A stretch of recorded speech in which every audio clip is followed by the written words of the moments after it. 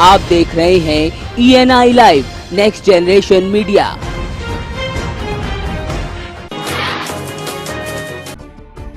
Burke पर सियासत रुकने का नाम नहीं ले रही है। समाजवादी पार्टी के मुंबई अध्यक्ष अबू आसिम आजमी ने भाजपा पर इल्जाम लगाया कि बीजेपी बुर्के वाली महिलाओं को डरा रही है। उन्होंने कहा कि बीजेपी चाहती है कि बुर्का उठाने की बात से मुस्लिम महिलाएं डर जाएं, लेकिन उनमें जोश ज्यादा है। उन्होंने कहा कि मुंह ढक करके आने वाली महिलाएं हिंदू या मुस्लिम दोनों हो सकती हैं। बुर्के वाली महिलाओं को डराना कि डर जाएं कि उनको जाएंगी, उनका अपमान होगा, उनका बुर्का उठाया जाएगा, तो उसकी वजह से वोटिंग कम हो। लेकिन जोश बहुत ज़्यादा है। अगर उनको सही में करना था तो उनको ये कहना था कि जो भी महिलाएं मुंह ढांक के आती हैं उनको चेक करो। वो तो कोई गैर मुस्लिम भी हो सकती है और हिंदू भी हो सकती है। लेकिन ये पोलराइज करना है कि मुसलमानों की वोटिंग कम हो, लेकिन कहीं भी जोश कम नहीं है। यूपी के मुख्यमंत्री अखिलेश यादव ने लखनऊ आगरा एक्सप्रेस वे बनाकर प्रदेश ही नहीं देश की जनता को भी बड़ी सहूलियत देने का भले ही बड़ा काम किया हो, लेकिन उनके ड्रीम प्रोजेक्ट को किस तरह से अधिकारी पलीता लगाने में जुटे हैं, इसकी एक बानगी उस वक्त देखने को मिली जब बड़ी बड़ी दरारें एक्सप्रेस वे पर पड़ने लगी। एक्सप्रेस वे पर बने पुलों में गुणवत्ता का ख्याल नहीं रखा गया। कन्नौज के तिरवा साइड पर जगह जगह जो पुल बनाए जा रहे हैं उनमें 14 से 16 फीट लंबी दरारें पड़ गई है और पुल की जो दीवार बनाई जा रही है वो भी बीच में दरार पड़ने से 3 भागों में बढ़ चुकी है, जो कि कभी भी बड़े हादसे का सबब बन सकती है। ये बहुत ही आगे चल के खतरा, दरारें पड़ी हुई, जैसा कि अखिलेश सरकार ने पैसा इन्वेस्ट किया है उससे कोई फायदा नहीं यहाँ दिखाई पड़ रहा है। लोगों को खतरा ही है और जिन अधिकारियों को ठेका दिया गया लोगों को उसकी जांच करवाई, कड़ी सख्त कार्रवाई की जाए।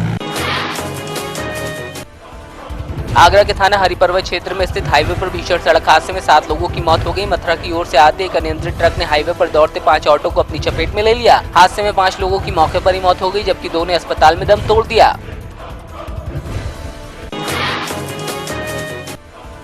संभल में चुनावी रंजिश के चलते सपा और भाजपा समर्थकों में फायरिंग हो गई। 1 घंटे से ज्यादा देर तक चली फायरिंग के बाद पुलिस के भी हाथ पांव फूल गए। उधर ऐसो पर सपा का समर्थन करने का आरोप लगा है। इस घटना के बाद गांव में तनाव बना हुआ है। फिलहाल पुलिस ने 4 लोगों के खिलाफ मामला दर्ज कर भारी पुलिस बल तैनात किया है।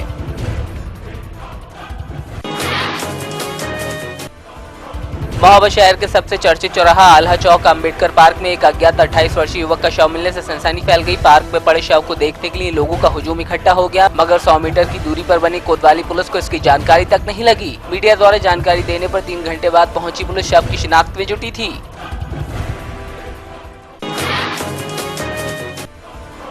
बदलापुर के सिगरामऊ थाना क्षेत्र के NH56 पर रोडवेज बस और ट्रक के बीच भीषण टक्कर हो गई। हादसे में रोडवेज बस के अंदर बैठे 2 यात्रियों की मौके पर ही मौत हो गई, जबकि दर्जन भर यात्री घायल हुए हैं। मामले की सूचना मिलने पर पहुंची पुलिस ने घायलों को अस्पताल पहुंचाया था।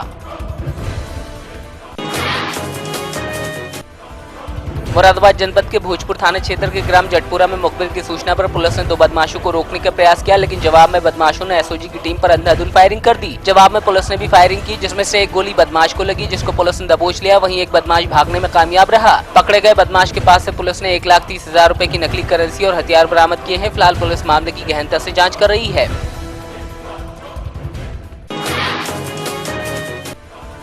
श्रावस्ती जिले के गिलौला थाना क्षेत्र के चेतिया मुरार गांव के पास बह रही नदी में 25 वर्षीय युवक का तैरता शव मिलने से इलाके में सनसनी फैल गई। शव को देखकर अनुमान लगाया जा रहा है कि लगभग 1 हफ्ते पुराना शव है। मौके पर मौजूद ग्रामीणों ने शव के मिलने की सूचना गिलौला पुलिस को दी। पुलिस ने मौके पर पहुंचकर नहर को शव से निकलवाकर पोस्टमार्टम के लिए भेज दिया। फिलहाल पुलिस शव की शिनाख्त में लगी है।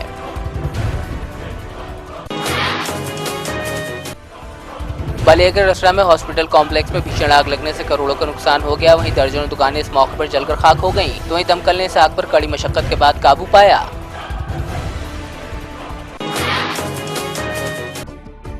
2 मार्च को सांगली की अटपाड़ी तहसील में पूर्व सैनिकों ने अपनी मांग को लेकर धरना प्रदर्शन किया था, लेकिन पूर्व सैनिकों को तहसीलदार ने अपने कहे मुताबिक करने को मजबूर कर दिया। दरअसल पूर्व सैनिक चाहते थे कि तहसीलदार उनके बीच आकर ज्ञापन ले, लेकिन तहसीलदार ने प्रोटोकॉल का हवाला देकर उनके कक्ष में ही ज्ञापन देने को कहा। आखिरकार पूर्व सैनिकों को हार माननी पड़ी।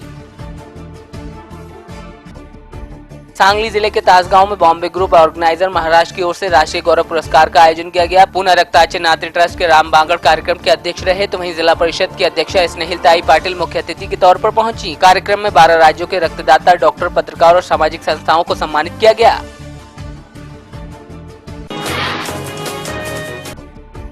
दुष्कालग्रस्त किसानों को पिक बीमा और दुष्काल मदद नहीं मिलेगी। इस निर्णय के विरोध में अब सोलापुर के किसानों ने मोर्चा खोल दिया है। किसान 14 मार्च को सोलापुर जिलाधिकारी कार्यालय के बाहर अनिश्चितकालीन धरना देंगे। वहीं किसानों ने कहा कि अगर आंदोलन के बाद भी राज्य सरकार को समझ नहीं आया तो किसान संगठन जनहित याचिका दायर करेंगे।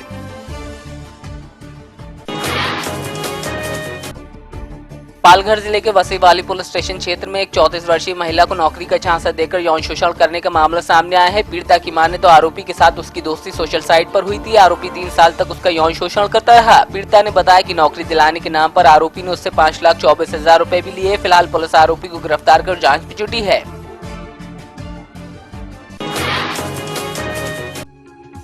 जालौर के रामसीन निकटवर्ती मुंडेतरा के बाल विद्यालय में 8वीं के छात्रों को विदाई दी गई तो स्कूल में आयोजन किया गया, जिसमें प्रधान ने शिरकत की। इस मौके पर बच्चों के उज्जवल भविष्य की कामना भी की गई।